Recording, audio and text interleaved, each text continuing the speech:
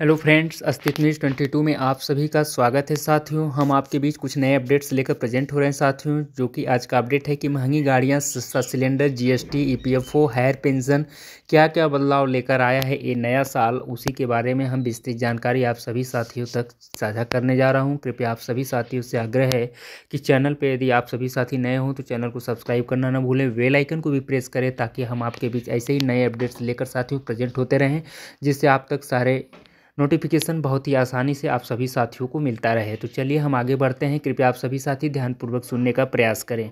तो साथियों, नया साल अपने साथ कई अहम बदलाव लेकर आया है जिनका संबंध सीधे आपके जेब से है। तो साथियों, ये बदलाव आम आदमी के घर गृहस्थी से लेकर पैसे के लेन देन सब पर असर डालेंगे। तो आइए जानते हैं इन बदलावों के बारे में क्या है। तो साथियों, कल से नया साल शुरू हो गया।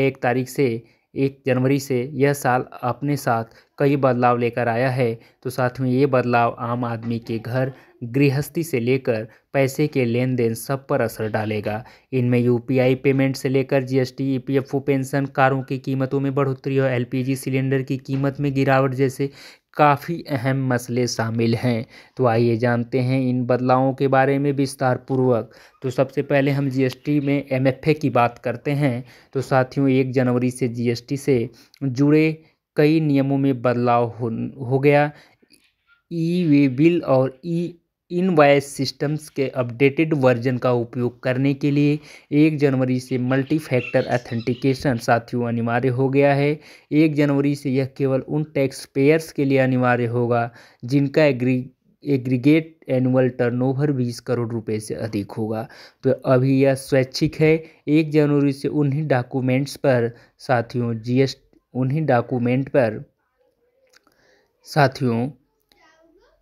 1 जनवरी से उन्हीं डॉक्यूमेंट्स पर जीएसटी जनरेट होगी। तो फिर हम बात करते हैं साथियों, जीएसटी पोर्टल से ई वे बिल जनरेट हो सकेगा जो 180 दिनों के भीतर के हों, यानी साथियों 5 जुलाई 2024 से पहले के डॉक्यूमेंट्स मान्य नहीं होंगे। ई वे बिल का एक्सटेंशन भी 1 जनवरी से 360 से ज़्यादा दिनों के लिए नहीं हो सकेगा।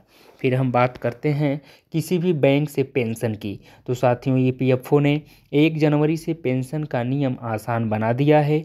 1 जनवरी से कर्मचारी अपनी पेंशन की रकम किसी भी बैंक के एटीएम से निकाल सकेंगे। भारत के लेबर मिनिस्ट्री पीएफ विड्रॉल प्रक्रिया को आसान बनाने के लिए आईटी सिस्टम अपग्रेड कर रही है। इससे रिटायर्ड लोगों को बेहतर सर्विस और आसानी से पेंशन मिल पाएगी।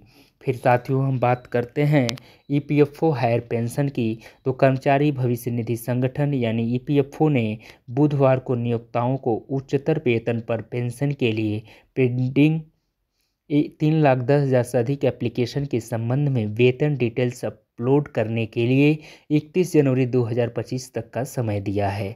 साथियों, नियोक्ताओं से अनुरोध किया गया है कि वे 15 जनवरी 2025 तक ईपीएफओ द्वारा स्पष्टीकरण मांगे गए 4,66,000 केस में जवाब दें या जानकारी अपडेट करें।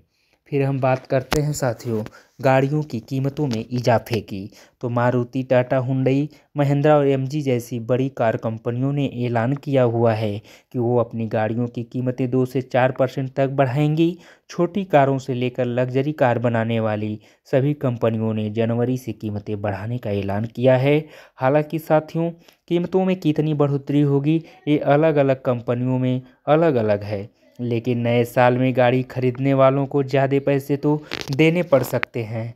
फिर साथियों, हम बात करते हैं यूपीआई पेमेंट लिमिट में बढ़ोतरी की।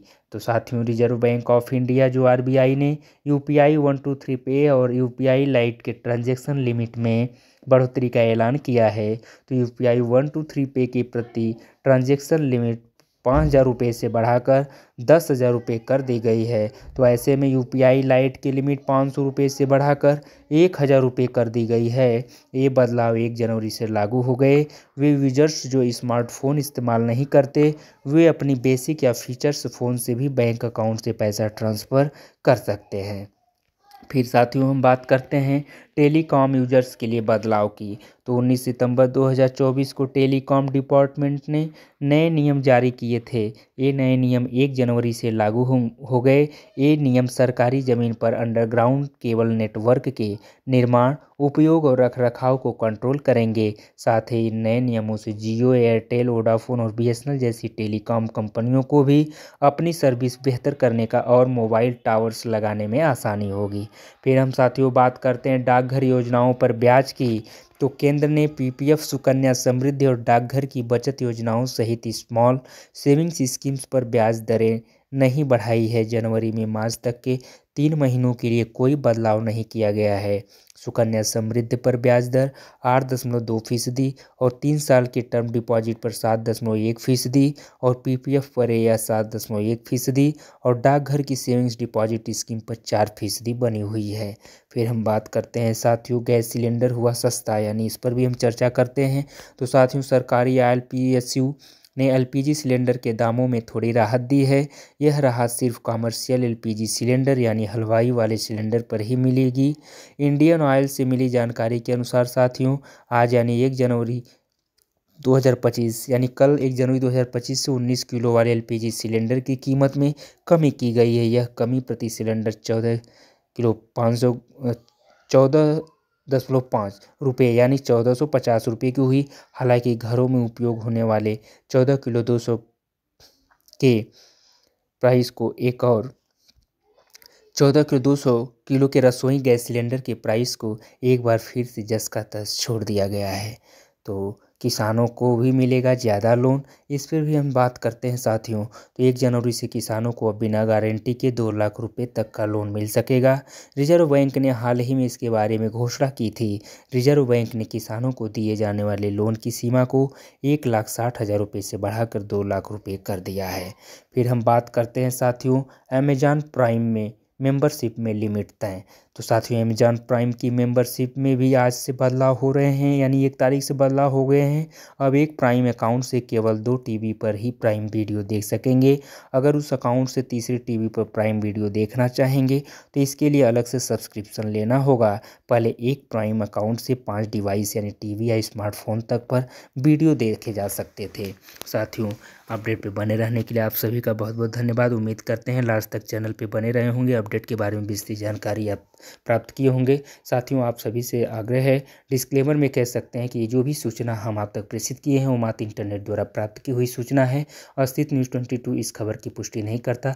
अधिक पुष्टि और सत्यापन के लिए आप सभी लोग ऑफिशियल वेबसाइट पर जाकर जाँच अवश्य करें। साथ ही साथ चैनल पर नए हो साथियों तो चैनल को सब्सक्राइब करना ना भूलें, बेल आइकन को भी प्रेस करें ताकि हम आपके बीच साथियों ऐसे ही अपडेट्स लेकर करंट अपडेट्स लेकर प्रेजेंट होते रहें, जिससे आप सभी साथी तक बहुत ही आसानी से सारे नोटिफिकेशन आपको मिलता रहे।